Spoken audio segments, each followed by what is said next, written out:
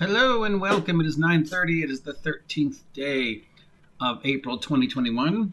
I need a haircut. I am your grumpy guide to all things gaming, the OGGM. It's another weird, foggy day here in Ventura. I'm doing laundry, and it's time to wax poetic about more gaming philosophy in the current environment. And this is a follow-up to yesterday's vlog about charm person and player agency.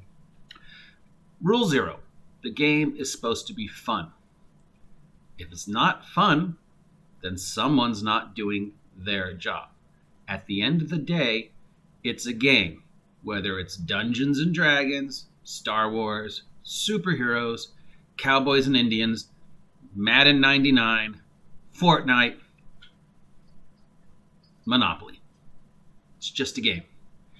Whatever happens in your game of Monopoly is no better or worse than what happens in your game of Dungeons and Dragons. Good things are going to happen to you in D&D. Bad things are going to happen to you in D&D. Good things are going to happen to you in Monopoly. Bad things are going to happen to you in Monopoly.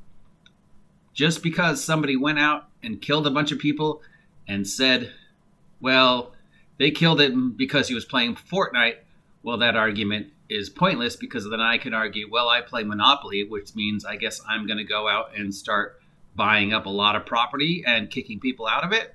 I play Madden. I guess that means I can now become a Super Bowl winning quarterback because I played a couple games of Madden. No.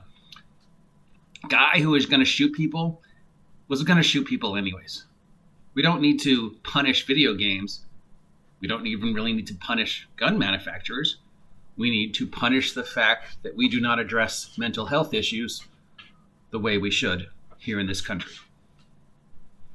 Now, this whole consent thing, we could look at the extreme and say, well, the Adem Kobel situation happens, which means you have to have my consent before you do anything to my character. The Carrie Solomon bullshit happened, so you have to have my consent before you do anything to my character. Yes, these things did happen, and they are horrible, awful things that should not have happened. Rape is bad in any situation. Whether you play it out in a role-playing game, or it happens in a movie, or it happens in real life, rape is bad. And if you are a victim of rape, or you know somebody who's a victim of rape, please consult the proper authorities and the proper medical and psychological professionals. There's a link down below. But Adem Kobel is an extreme.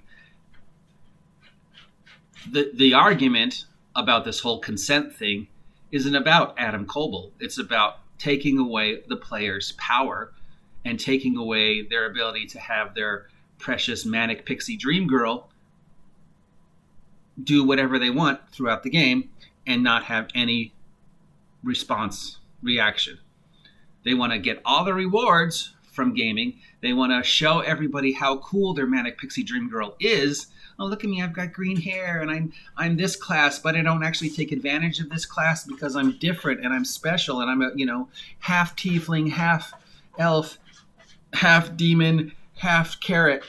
And, I've got a 32-page backstory and you just cast held person on me so I can't be my character for 2 rounds, and that's not fair. Well, the whole game is designed around you overcoming obstacles. It doesn't matter what fucking game you're playing. It basically breaks down to overcoming obstacles. Football, Dungeons and Dragons, both about overcoming obstacles and succeeding in your goal and getting the rewards for succeeding in your goal. That's it. The game has built-in safety features to make sure your chances of succeeding in the goal are pretty good. In Dungeons and Dragons and other role-playing games, it's saving throws and armor class, and the fact that most of those spells have time limits and built-in disadvantages, like you get to make the save every round and whatever else, And in football, it's referees and rules and good sportsmanship and, the coach telling you to get off because you're tired and whatever. The game has built-in safety features. If you are not willing to accept the fact that bad things might happen to your character, and there are going to be moments when you're completely out of control playing D&D, Don't play D&D. Don't play any role-playing game. Don't go to an amusement park, because there's moments in an amusement park when you're on a thrill ride where there's the illusion that you're out of control and something bad is going to happen to you. If you go through a haunted house maze, the illusion that something's going to jump out and scare you is there, and that's something bad going to happen to you. If you play Monopoly and you lose your property because you can't pay the property tax that round, something bad's going to happen to you. If you play Fortnite and you don't, respond fast enough and your, character gets shot, that's the risk of playing Fortnite, because something bad's going to happen to you. If you play football, there's a risk your team loses, and even greater risk that you get injured. But with no risks, there's no rewards. And if the new threat matrix philosophy is, DM, you cannot do this to me without my permission.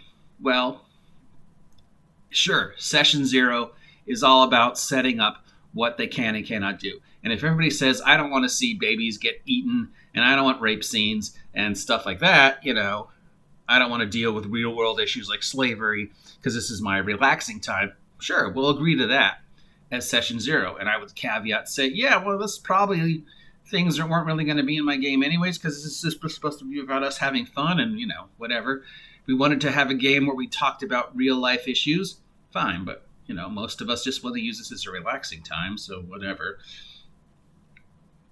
But that's the extreme. I completely understand the whole no rape, no baby eating, stuff like that.